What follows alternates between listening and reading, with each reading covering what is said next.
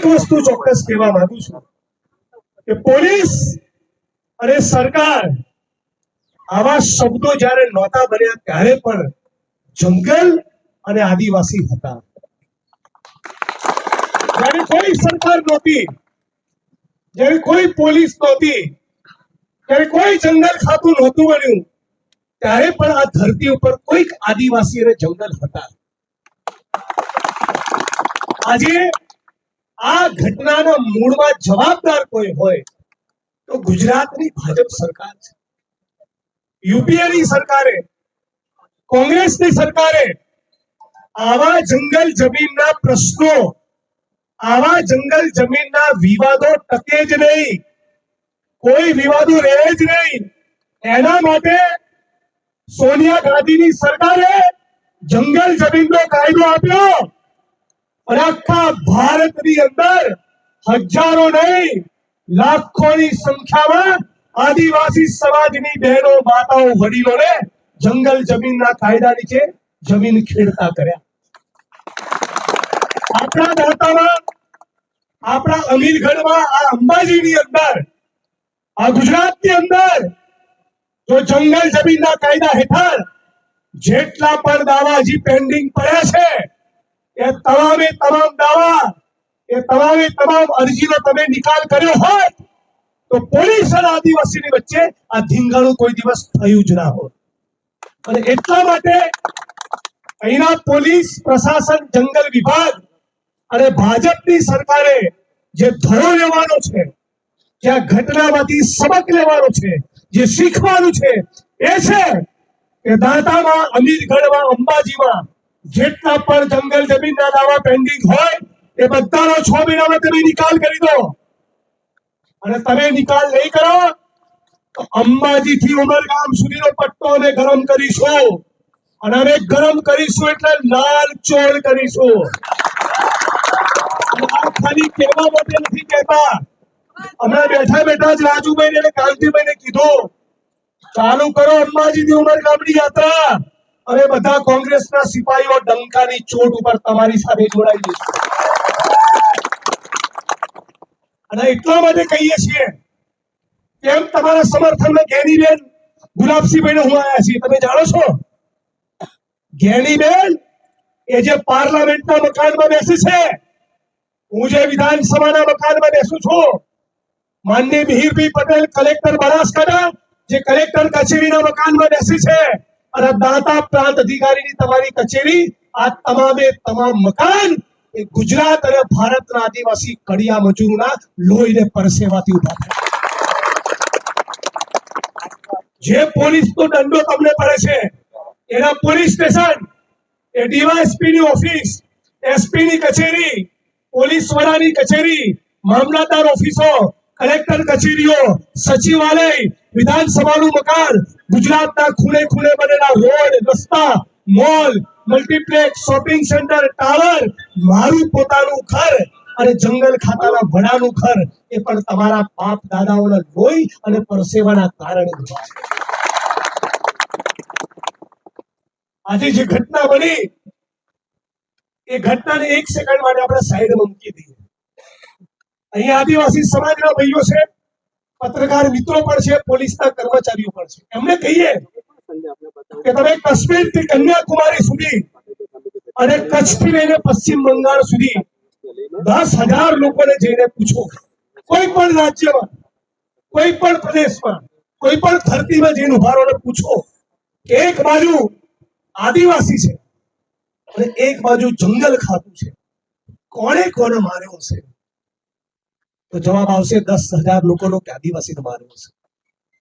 અને હિન્દુસ્તાનના, ભારતના, આ દેશના કોઈ પણ ખૂણે જઈને પૂછો 10,000 લોકોને, 1 લાખ માણસને, એક બાજુ પોલીસ છે અને એક બાજુ આદિવાસી છે. વર્ષોથી માર કોણ ખાય છે? જંગલ ખાતા વાળા માર વર્ષોથી નથી ખાતા, પોલીસ વાળા માર નથી ખાતા, ધારાસભ્યો, સંસદ સભ્યો, મંત્રી, કલેક્ટર, એસપી માર નથી ખાતા. ઝૂંપડું તૂટે તો આદિવાસીનું તૂટે છે, પીઠ તૂટે તો આદિવાસીનું તૂટે છે, કડિયો મજૂર પડીને મરે 200-500 રૂપિયા માટે, ત્યારે પણ આ બધા સાહેબો કોઈ જોવા માટે નથી જતા. અને એટલા માટે તમારી વચ્ચે આવ્યો છે. અને તમને કહું છું કે ભવિષ્યમાં આવી કોઈ ઘટના બને, અમને પણ કહું છું, અમે પણ કાયદો હાથમાં નહીં લેતા. તમે પણ વિચારજો તો પોલીસ તો કોઈ કોન્સ્ટેબલ એ પણ કોઈ દલિતનો, કોઈ ઠાકોરનો, કોઈ દેવી પૂજકનો, આદિવાસીનો દીકરો હશે, એ તમારે પણ વિચારવાનું છે, મારે પણ વિચારવાનું છે. અને પોલીસના મિત્રોને પણ કહું છું કે તમને જંગલ વાળા કે એટલે આટલો ધોકો લઈને પહોંચી ના જાઓ. જંગલ ખાતાના બાપનું જંગલ નથી. અહીંયા જંગલ ખાતા વાળાને એવી ટેવ પડેલી મારા મત વિસ્તારમાં, ભાઈ રાજુભાઈ, સેજ આદિવાસી બે ડગલા જંગલમાં ગયો હોય, સમજણ ના હોય ગરીબ આદિવાસી સમાજની કોઈ બેનને કે મારી સીમા, મારી હદ ક્યાં પૂરી થઈ, અને સેજ એક ઈંટ મૂકી હોય તો શું કહેતા? તારી સામે કેસ નહીં કરું, પણ શરત મારા ઘરે 4 મુરઘી મૂકી જવાની. વાત સાચી ખોટી? જંગલ ખાતા વાળા લોકોએ જે બીજા વિસ્તારમાં ચેકડેમ બનાયા, એને જંગલ ખાતાની અંદર બતાવી 2 વખત પૈસા ઉપાડ્યા છે. વાત સાચી ખોટી? મનરેગાની અંદર બી કરોડોના કૌભાંડ કર્યા છે કે નહીં કર્યા? છાસવારે તમે તમારી જંગલ જમીન ખેડવા ગયા હોય છતાં તમારી સામે ચરબી કરે છે કે નથી કરતા? દાદાગીરીથી વાત કરે છે કે નથી કરતા? તો જેના પણ મનમાં ફાંકો હોય એને કહી દઈએ, આ તારા ડ્રોન ઉડાડો છે ને, ફેંકી દેજો. તારા ડ્રોન નો કઈ ફરક નહીં પડે અમને. અને તમારા આટલું બધું ડ્રોન ઉડાડવાનો શોખ થતો હોય તો અંબાજીના પવિત્ર ધામની ફરતી 2 કિલોમીટરમાં દારૂના અડ્ડા ચાલે છે, ત્યાં ઉડાડો ને.